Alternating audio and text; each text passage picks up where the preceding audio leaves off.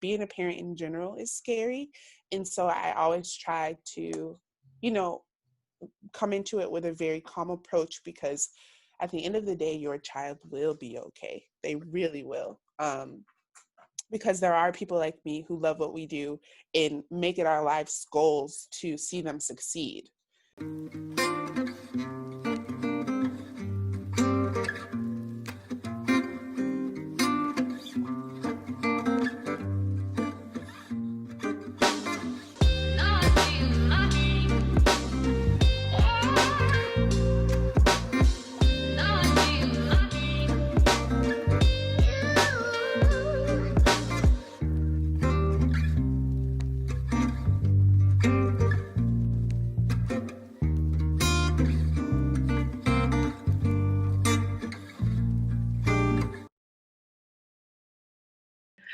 Welcome to PS Live, where we talk about motherhood, fatherhood, and all that other good shit. I am your host, Jessica Shari, but you can call me Jess. This is my little co-host, Naima, because being a mom does not stop. Today we have a wonderful guest.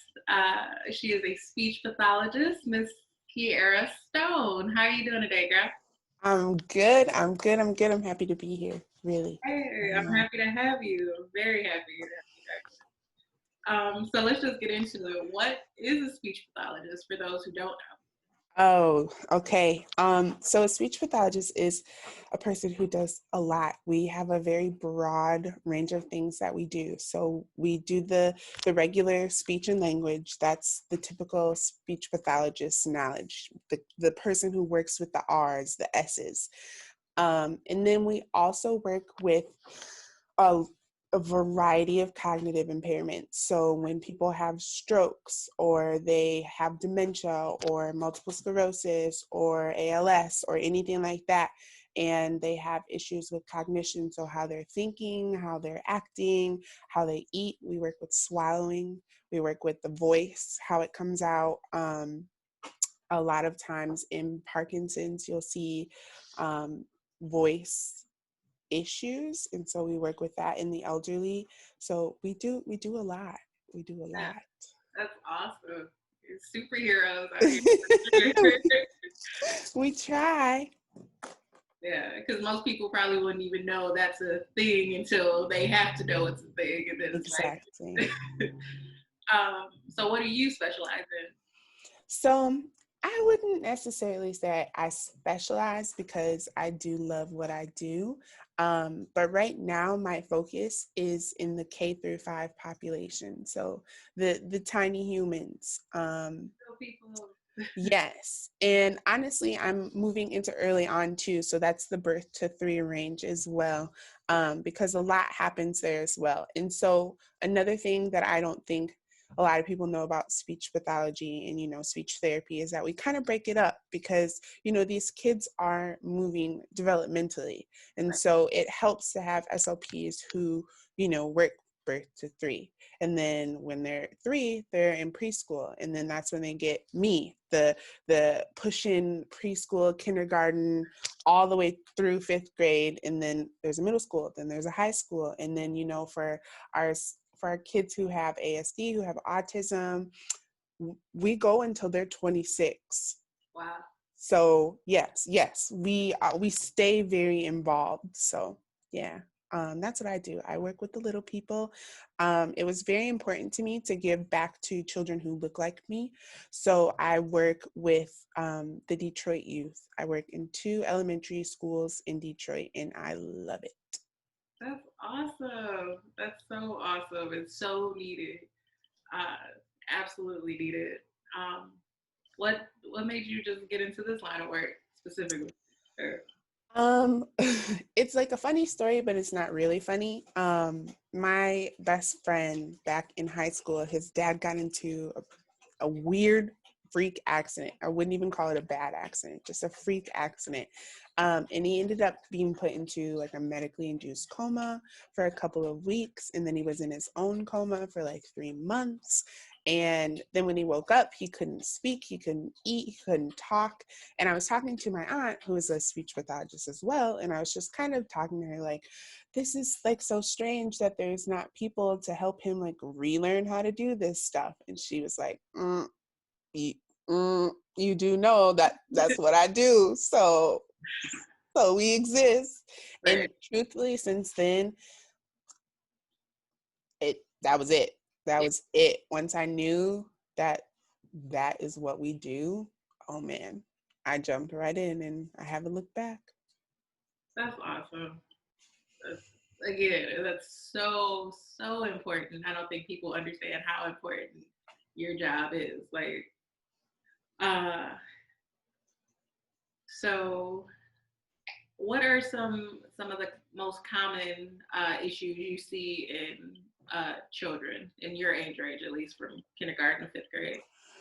Truthfully, it's pretty standard articulation. So the speech, how their sounds come out when they say it. That is like the biggest concern for teachers and parents is when the child can't be understood. Because then you start seeing them withdraw in the classroom. They're not sharing their ideas because you're asking them to repeat themselves every single time. They're not branching out with their peers because they notice that when they talk, it doesn't sound like everybody else talks. And then at home, you can imagine how frustrating it can be for a parent to literally not understand what their child is saying. And I know we joke about how, moms always just kind of know. There are some moms who really just don't. Yeah. And so that's like, I would say the most common thing I see is just your standard run-of-the-mill speech. We're working on sounds, we're working on, production, our good speech sounds. And then I guess I would say also the language piece. I mean, not nearly as much because but I would say parents and teachers don't necessarily understand everything that goes into language.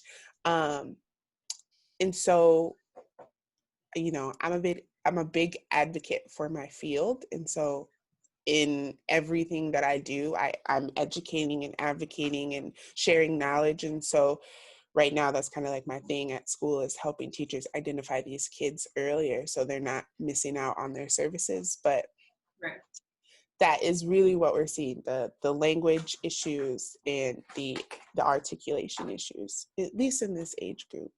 Right. So what are some of those telltale signs that a parent should look for? So I always preface this with remember that your tiny humans are human. Right. We all develop at different rates, and we typically, no matter how that development looks like, we typically all end up kind of looking and talking the same, and you got to remember that. But typically, you want to see their first words happening around 12 months. You want to see 1 to 2 word utterances. They're putting things together like mommy cup, ball go, those kinds of things from age 1 to 2. 2 to 3, they're starting to put things together. They're requesting things. By age 4, kids can talk, okay? They really can. But the thing is, I always tell the parents to also look for the understanding piece that is bigger than the expressive piece. Children understand more than they can express, literally from the moment that they're born. You know what I mean? And so if you're telling them, okay, I want you to do this, and they're giving you a blank stare because they don't understand what you're asking. They don't see the connection between the words that are coming out of your mouth and the action that you're doing, or they're having trouble requesting things. They don't know how to get you to give them whatever they're trying to get. Because, like, for example, I have a child who I'm working with now who he's 3 years old and he's nonverbal. He's not speaking. He is developmentally around 9 months. Wow. He's just now starting to babble, just now starting to figure out what his voice does. And mom was super, super worried. But I was like, what does he do when he's thirsty? And she Right. says, oh, he gets up and goes and grabs his cup and puts it in my hand.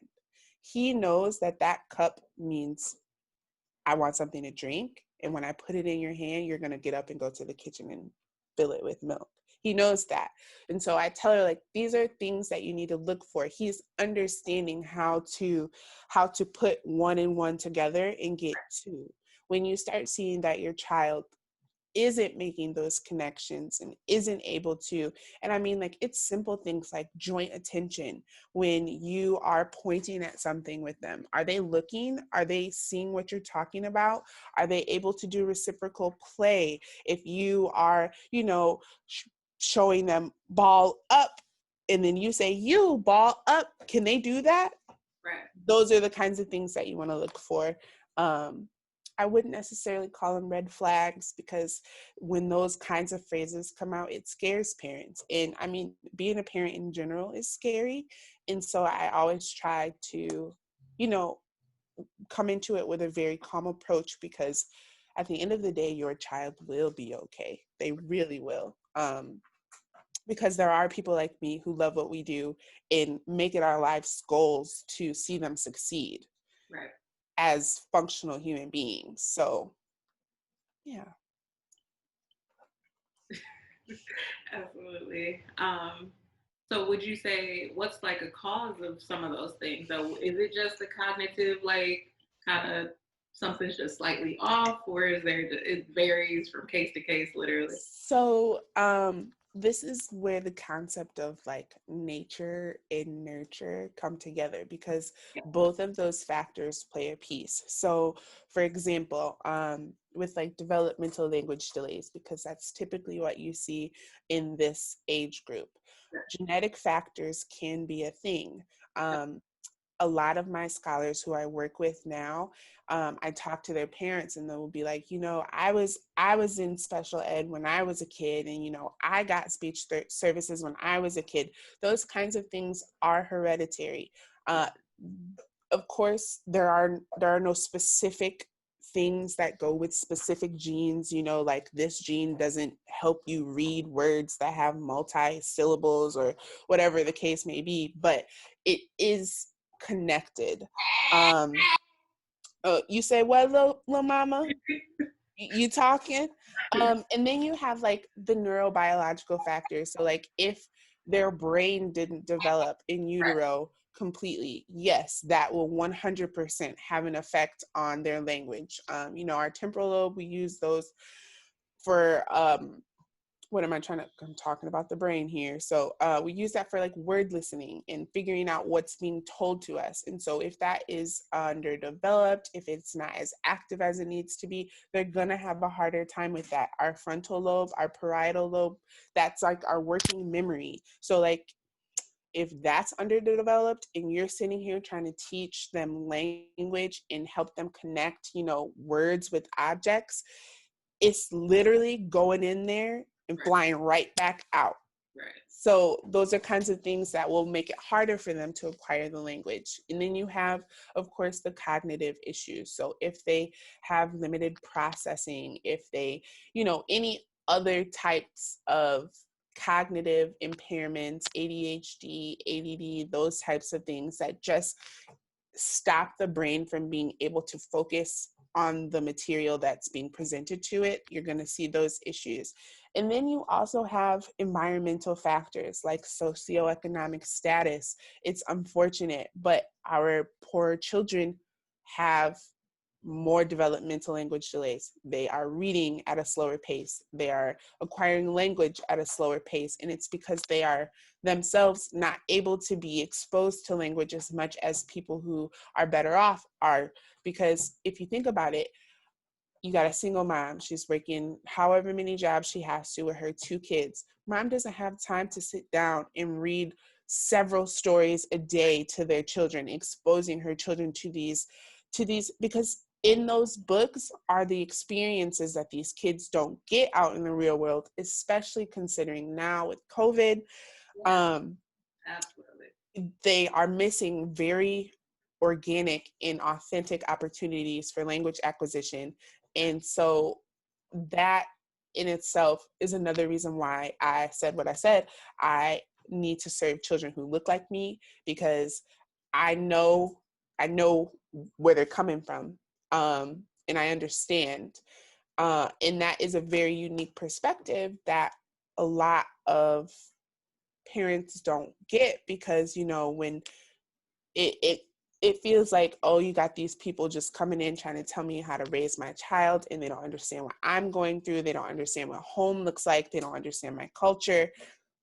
Right. Oh no. Feel judged, and then you be defensive, and then Yes. And so then it just becomes an entire thing, when in reality, we really just want to be whatever we need to be for you to help you and your child. But really, those are the things that you would see that kind of all come together to play a piece.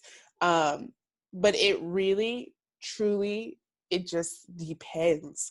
I have families where, the first child was reading like crazy at age 5 and talking up a storm. And the second child, is really smart but doesn't talk a lot. And the third child, like within the same family, they're showing different abilities. And so that's why I say it's just really important to pour into your child what you can. Right. And if it does happen and they do need the help, we're here for that. Right.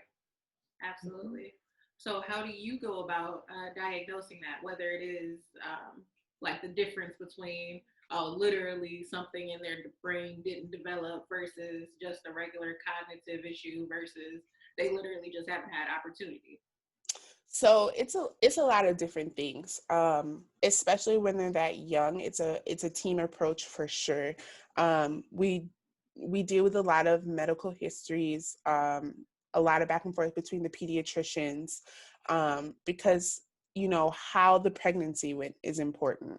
Yeah. How they hit their developmental milestones up until now when they're in school is important. And then what we do is based on their age, because the tiny humans, they can't sit and focus as much as the older ones can.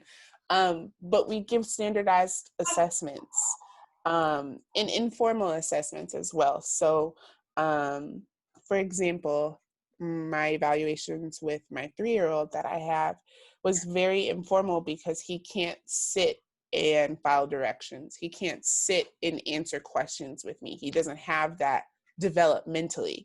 And so for me, that evaluation was a play-based evaluation. I sat down, and if you walked into the room, it would look like I'm just playing with him, because that's how kids learn when they're little. That is what speech therapy looks like when they are 2, 3, 4 years old. It's play therapy. It's play-based, because that's how we get them to start, repeating after us. And that's how we start putting in, location and those basic concepts of on, the prepositions, where something's at, asking WH questions. Like literally all of those things that come with language comes from playing. Like, where did he go? That basic things that come from play. And so I'm looking for how he responds to my questions. Does he repeat what I do? Is he looking at what I'm looking at? Is he playing with me? And then, you watch how they interact with the parents. What does mom do? What does dad do when they're trying to, get some information out of them? How do they get the child to the point where they can communicate? And then as they get older, we give them standardized assessments. And so based on whatever the focus is what the assessment is.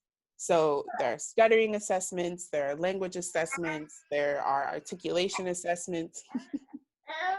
I'm sorry, Mama. I know I'm so boring.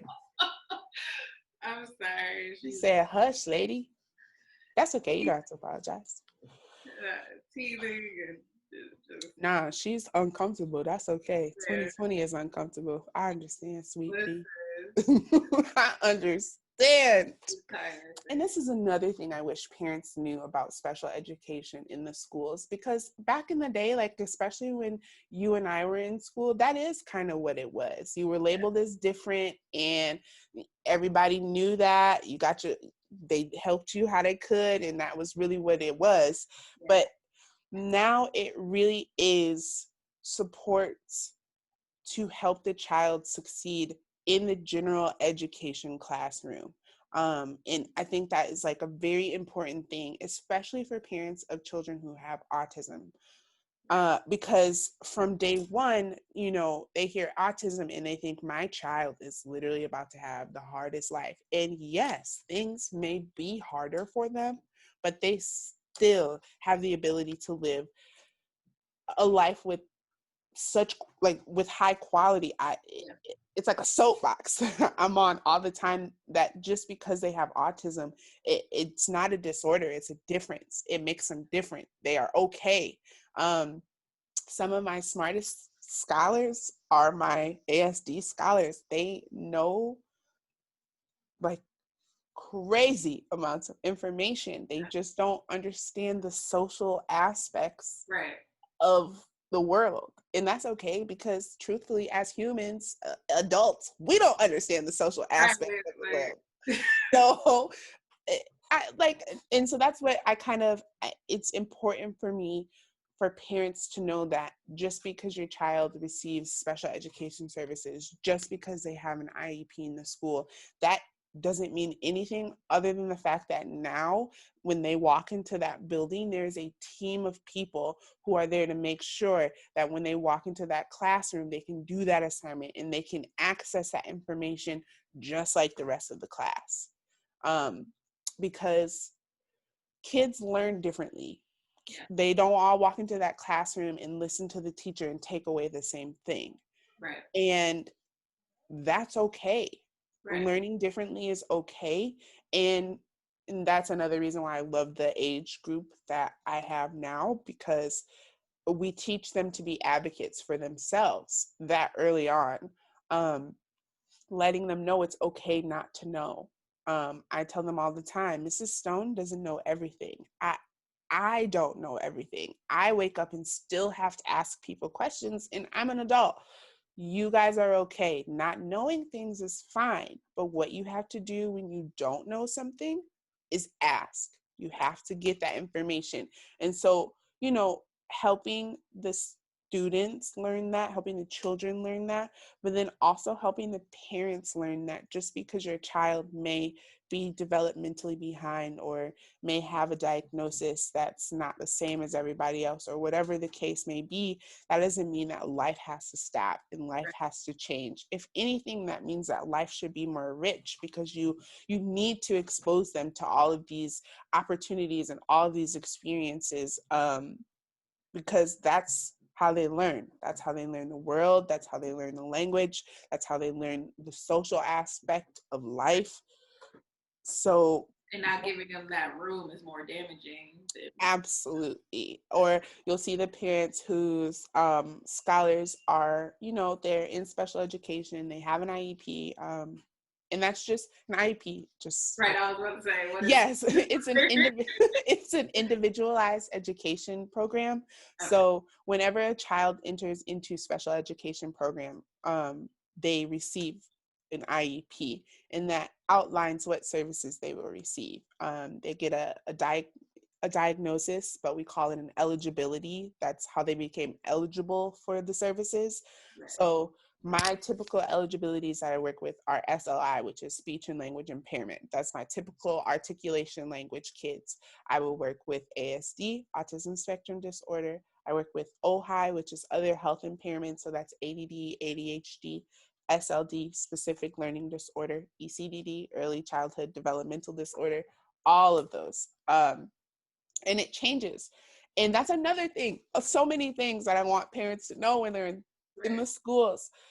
Just because your child enters into special ed doesn't mean that they will always be in special ed.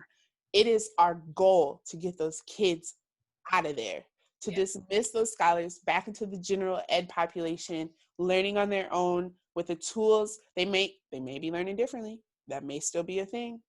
but they're doing it on their own with the skills that they've learned in special ed. So like, oh man, just so much. And what would you say to that mom or dad who's like beating themselves up, like, oh my gosh, I did something to damage my child, or this is my fault, and like this whole thing? Never. It's never your fault. You could never have done anything. The only thing that you have control over is what you pour into them. And so don't take this as an opportunity of what you didn't do, but as an opportunity of what you can do for your child. That's good. Absolutely. Yes. Absolutely. I love that. You blessing my soul right now. I just really love what I do, truthfully. Yeah. I really do. So it's like it's easy for me to have these conversations and to talk to these parents because it's what I'm supposed to be doing. Absolutely. And like you said, it's much needed, especially in our community, like you said, where it's this whole stigma about, oh, that baby just he touched or he's slow. Like, actually, no, you just need to different learning.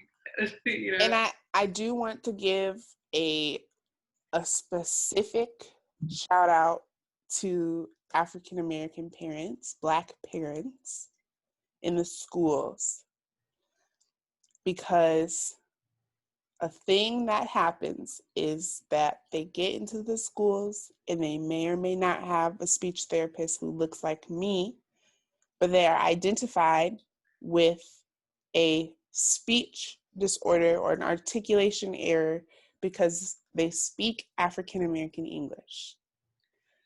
African American English is a dialect. Right. It has rules. It has actual like formulas that they follow consistently across the language, which is why when people try to emulate it, it sounds wrong because they don't know the rules. Children should not be treated for that, and parents should know that.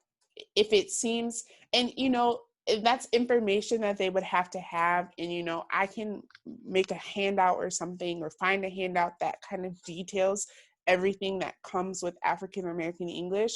But if you see your child being treated for that, you can walk in and say absolutely not. Right. Because there's nothing wrong with their language. Absolutely nothing. They are speaking a dialect of a language that their teacher or speech pathologist can't. Right. And yes, it's different, but it's not wrong. It's not wrong. I just want to say that it's not wrong. Right. Absolutely, because I'm glad you brought that up. I really am, because like you said, a lot of they remember in school sometimes too, like I'm saying "ain't" or "finna" and stuff, and then now you're like chastised for something. It's like this is just my language. Yeah, my language. You know what I said though. Don't. And that's the point. It's trying to get these kids to conform to the idea of normal or standard when there is no standard. There is no normal. These kids need to just be able to wake up, communicate how they feel, what they want, what they think. That's it. Right. Anything past that is not in my job description. I love that. This conversation makes me so happy. Good. Because again, this whole platform literally is so that no parent feels alone, because I'm sure a lot of parents, when their child is going through this, like you just said, like they have this stigma or they think they did something wrong, and it's literally more common than most people think. I wish I should have researched this, but is there like a statistic of like how many kids end up in speech therapy or have those type of issues? You know what? I wish that's gonna bother me. Honestly, it's a lot. Like if I could tell you, like, I mean, like, this is just like a general, like nothing from research or anything, but I would say 4 to 5 out of 10. 4 to 5 out of 10 of kids. Like if you get a group of kids, 4 to 5 out of them. Right. And that's whether that's like literally like it could just, language, it could be speech, it could be stutter, language, anything. cognitive, yeah. Yes. And it's so funny because, now that I am who I am, and people are saying, like, what do you do? What do you do?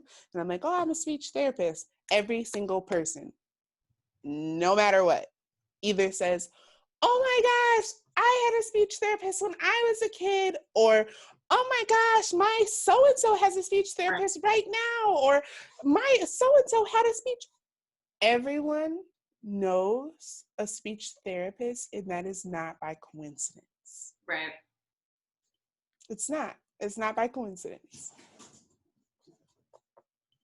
Language is a tricky thing for anyone. Especially the English language is ridiculous, like nonsensical if you really think about it. And so the fact that kids have a hard time understanding that is so normal. Like, I'm 26 years old and a speech and language pathologist, and I still can't speak English sometimes. Yeah. So like, I think it's just the pressure of, comparison, first of all, because even though we know we shouldn't do it, we do. And, I'm not a mom, but I can only imagine the pressure that you feel when, your cousin's child who's the same age as yours is talking a mile a minute and yours barely acts. Yes. Mom groups on Facebook or something is like, oh, my 4-month-old was speaking Shakespeare. Like, no, she wasn't. But then I'm looking at my baby who's 2 years old and talking about ball go. I'm like, ball go. Exactly. And so that is like the biggest thing that parents have to compete with, is the idea of perfection or normality or reaching that developmental milestone, or like whatever the case may be, because you can have somebody who, oh, my child reached all their developmental milestones early, and their first word was at 10 months, and we have them in gymnastics at 18 months and all that stuff, and that would be the same child who needs my services. Yeah, absolutely. And then you know what I mean? At that point, it's really even not about the child. It's really parents just wanting to exactly each other. And yes, damaging your child because you're trying to, be better than somebody.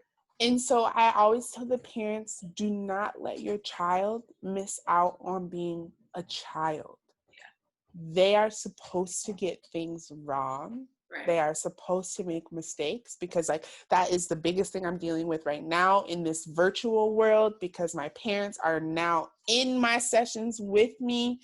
I'm asking my kids questions, and I hear the whisper gods coming from the side of the room with the answer. And I'm like, Mom, Granny, Auntie, listen, I thank you for being supportive of your child. I thank you for wanting to help, but I need this first grade brain to be working. I need this kindergarten brain to be working. My third grader who's reading at a first grade level doesn't know that word. Right.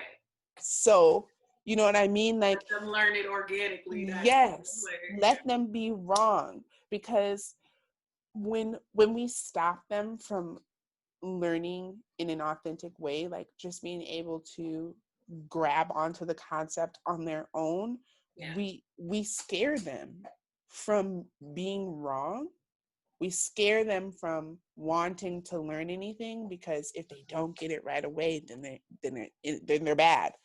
Right. Those are the kinds of things that we are, inadvertently putting into our children, just because we're trying to get them to, you need to be saying 50 words by 12 months. No. They need to move at their own pace. If you get to a place where, yes, they do need some extra support, right? Okay, there are people who are ready to give it to them and help them move forward. But at no point do you need to, like, I have parents who their kids get, the gambit. They get OT, PT, social work, speech therapy, resource room in school. So, they're in school 8 hours of the day. 5 people are coming to see them however many times weekly, pulling them out of the classroom.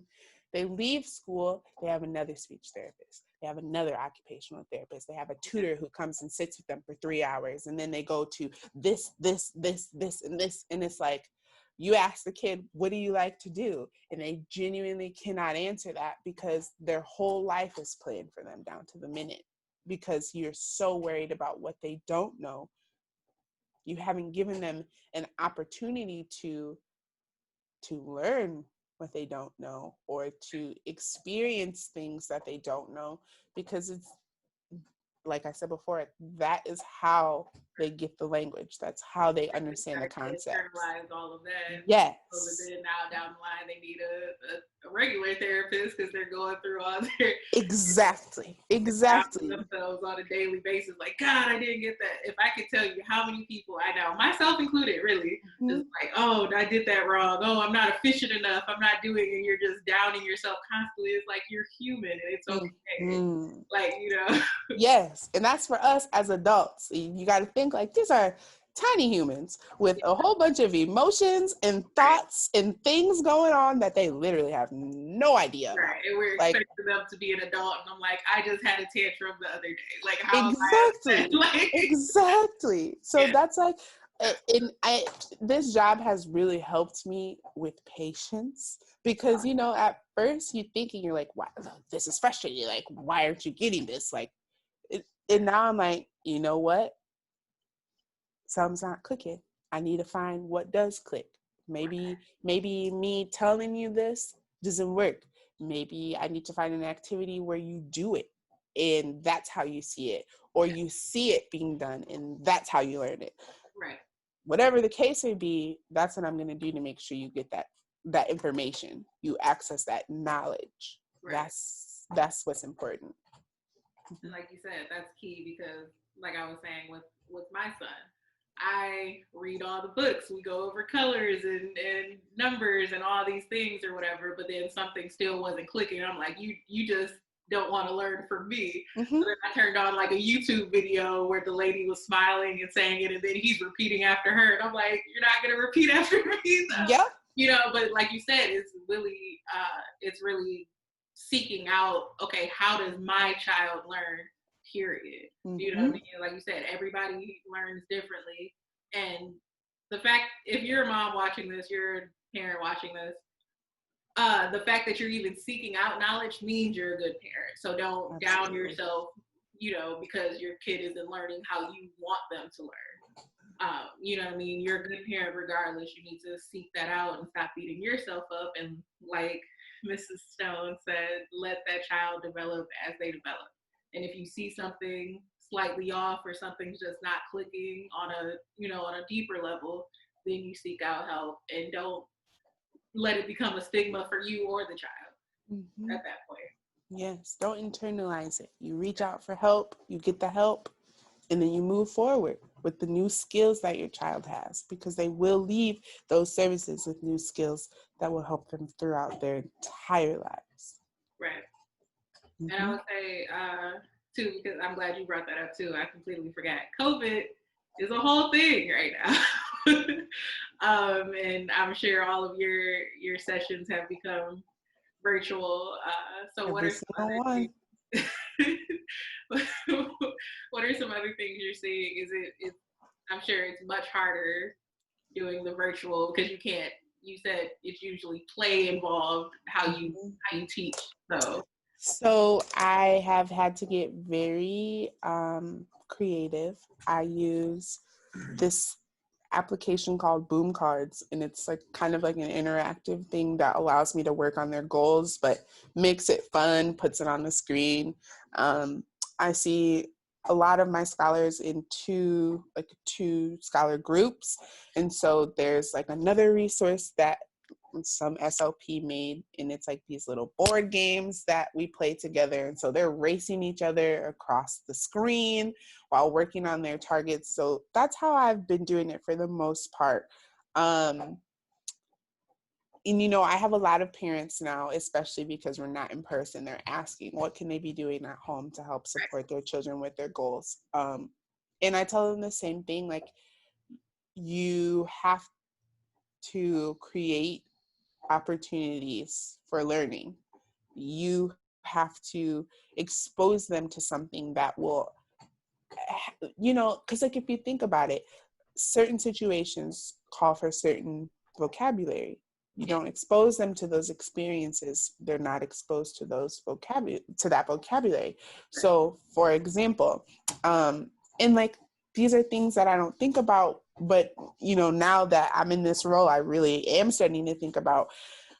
I can literally not, because it's so many, I cannot say how many times I've been to the zoo in my life, especially as a kid. I feel like we went twice a year, Right. you know, at least once every year to the zoo. And so I'm working on categories with my scholars and I say, let's name some zoo animals. Right. And they can't. And I'm sitting here like, you can't name zoo animals. Like, come on, everybody goes to the zoo. Everybody doesn't go to the zoo. Everybody can't afford to go to the zoo. But, you know, creating moments like that where even if you just take them to the zoo on YouTube, Right. and you're sitting at the computer talking about, oh, this is a tiger. Tell me, what does a tiger look like? What do you think those nails feel like? How do you think his fur feels? What do you think he eats? You know, like how fast do you think he can run? That's how you start engaging them, getting their minds to work, because those questions are, you know, one, they're gonna have to figure out what you're even asking them. Right. And then two, they got to answer you. And 9 times out of 10, maybe the answer won't be right. It doesn't make sense. Those are the funny answers.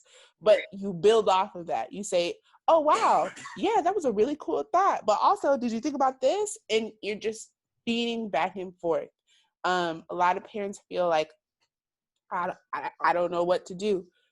Take them into the kitchen with you when you're cooking a meal, measuring things and, you know, cutting up things and putting it all together, forming a recipe. That in itself, like, I do that with my kids. We make Play-Doh, because being able to follow directions and, you know, put things together how they're supposed to be to create an end goal, Right. that's speech therapy in a nutshell right there.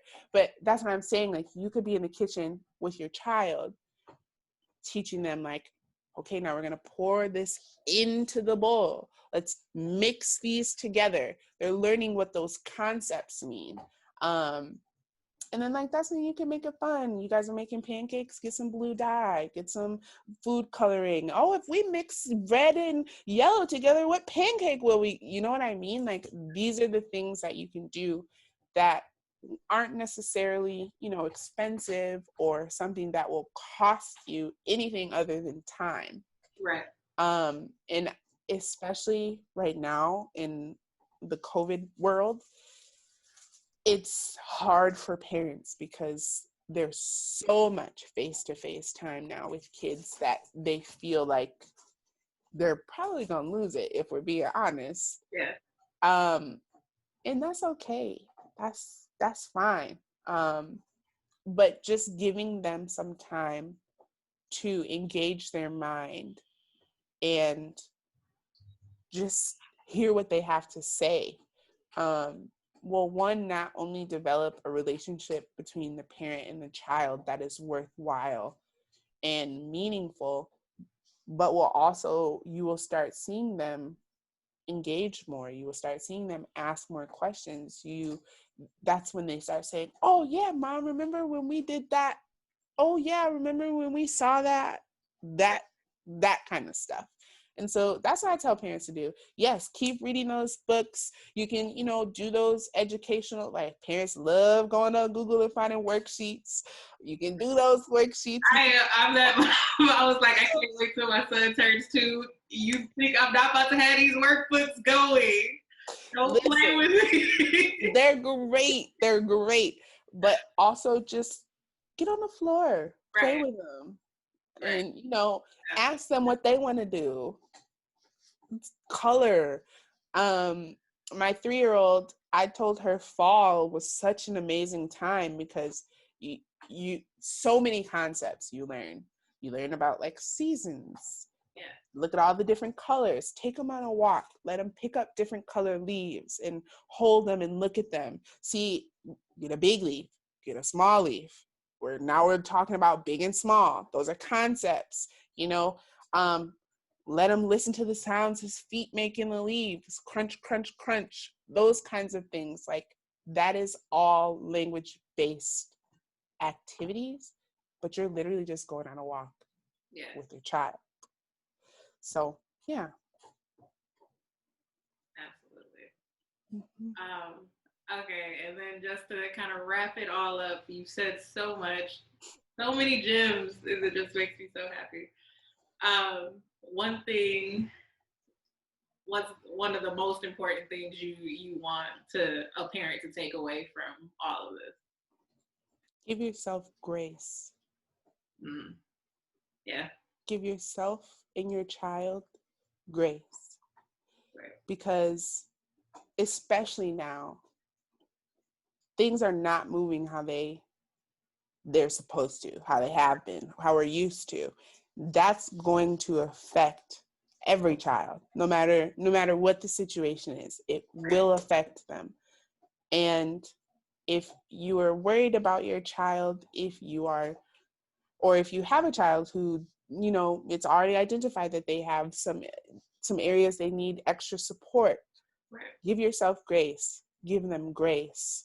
Yes, there are areas that they need support. There are things that they don't know, or there are things that you are worried about when it comes to your child.